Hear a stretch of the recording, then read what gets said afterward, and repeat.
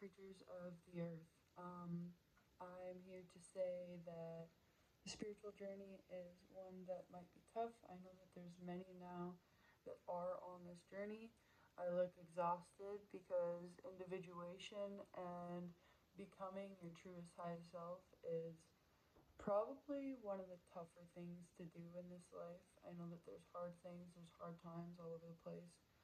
Um, but specifically, the spiritual journey, when you're walking in truth and you're trying to find your greatest purpose, um, it can be very exhausting. When you're working on your shadow and you're healing your shadow and you're delving into the Akashic records and you're trying to figure out who you were, who you are, and who you can be. Um, there's so much good to this path. There is so much good, but it doesn't come without a little bit of a cost. Like, you're ending up sacrificing things that most people, most humans would kind of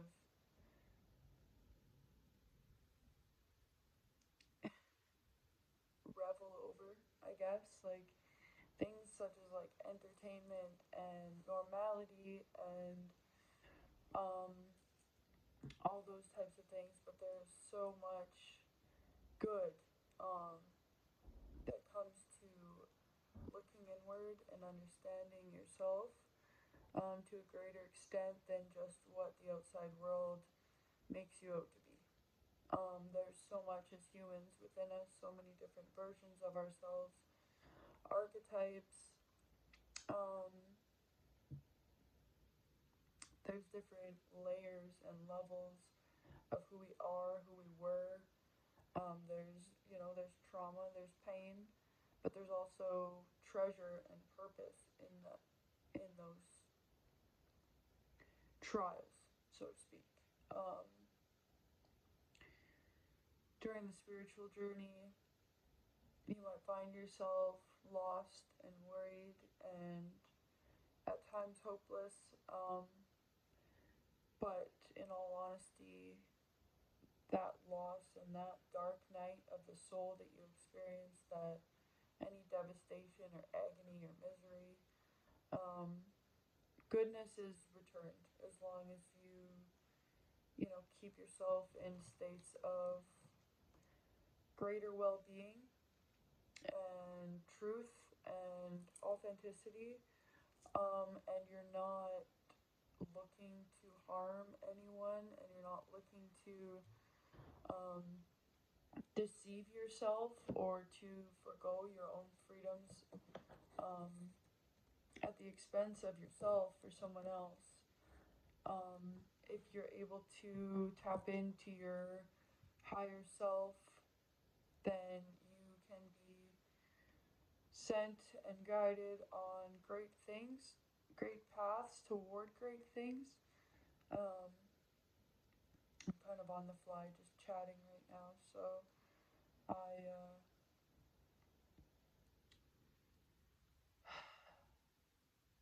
I didn't write a script because this is all authenticity. What you can see here is all authenticity. Um,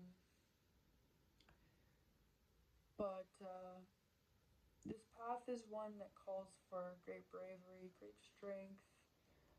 When you're finding your inner self and you're in solitude, you are finding greatness and goodness within yourself that you wouldn't have been able to find if you were focusing on the outside world. Um, there's so much to learn about you within you. You can delve into the Akashic records, find your past lives, and different things about yourself that you could have never found if you were looking outside of yourself, um, which is a beautiful thing. Um, there's some great knowings that you can come into understanding, but there does tend to be a little bit of a burden when you know, there's that saying, if you fuck around and find out, right? When you fuck around, you find out. um,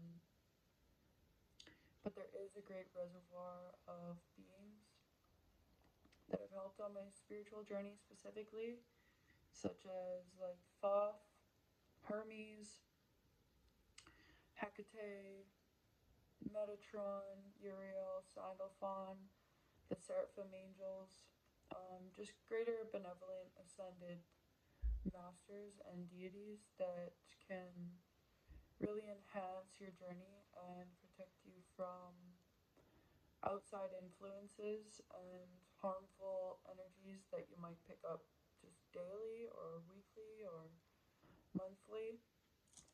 Um, the angels are there for us, the archangels specifically. There's other beings,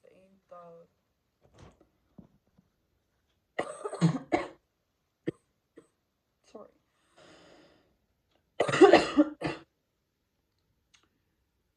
The aliens, ancestors, the ancients, the afterlife as well, are all here to kind of guide us on our path of goodness and can prevent us from living lives of just hedonistic pleasure, entertainment, and really do kind of like the great work that I believe that humans are meant to do is to come here to heal, to help, to aid in humanity, not just to a greater extent, but heal your shadow within so that you can not project it onto others or cause any, I guess, spiritual infection or infestation on another, or your children. There is many ways to go about existence, but I've found that a great one is to come into understanding yourself, look within. Um, he who looks outside dreams, and he who looks inside awakens. That's a Carl Jung quote. Carl Jung has been a great guide in this past 5 year long experience of understanding my own inner self and progressing in shadow work, in individuation, and removing and releasing conditioning over lifetimes that did not serve me or my greater purpose, things that were holding me back, preventing me from realizing my true capabilities. There's so much to know and so much to learn. So while most people are just, day to day getting by, or they're, looking for financial riches, and building their wallet, well, there's a lot more to this earth that I have to say. Um, and we don't want to be just half versions of ourselves. We do want to come into a state of wholeness that can allow us to really become in unity with ourselves, um, so that we can walk the path of truth and authenticity, rather than just keeping up with the Joneses, or rather than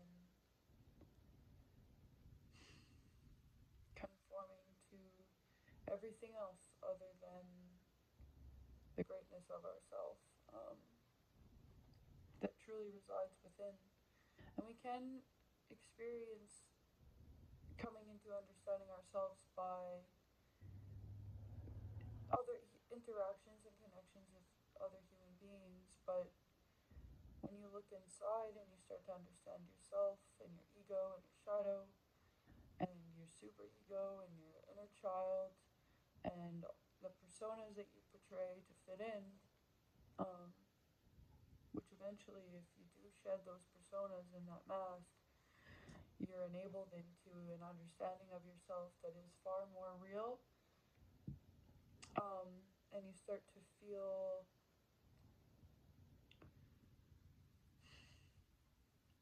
you start to feel whole. You start to feel like you belong, no matter who you're around. Not that you fit in, but like that you belong here on earth, and that there is like kind of like a mysterious, beautiful, mystical purpose for you just by being. Um, and it's a great thing.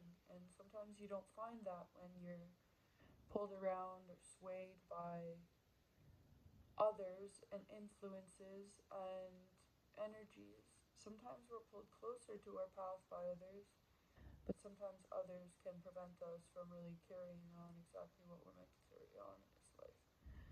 Um, so my message is to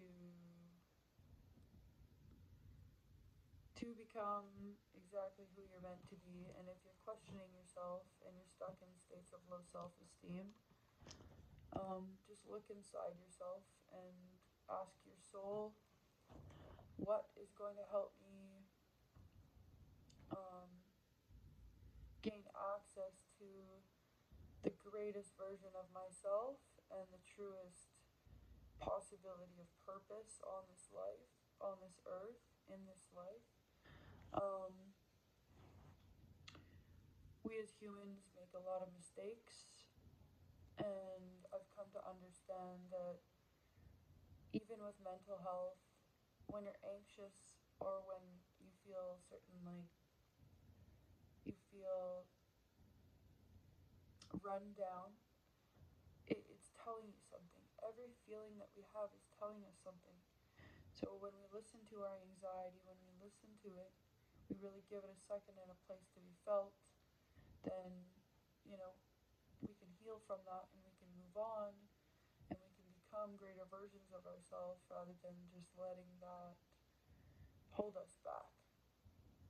Um, Within the shadow, there is so much goodness to be found. The parts that you rejected because society told you that it wasn't normal or that it wasn't, there can be ways that you access that shadow aspect of yourself and utilize it to a greater extent by um, creating something from it or creating yourself out from underneath of those shadows by shining light and illuminating your path back to yourself rather than just getting stuck in loops of conformity to normality and mundanity. Um, you can truly become by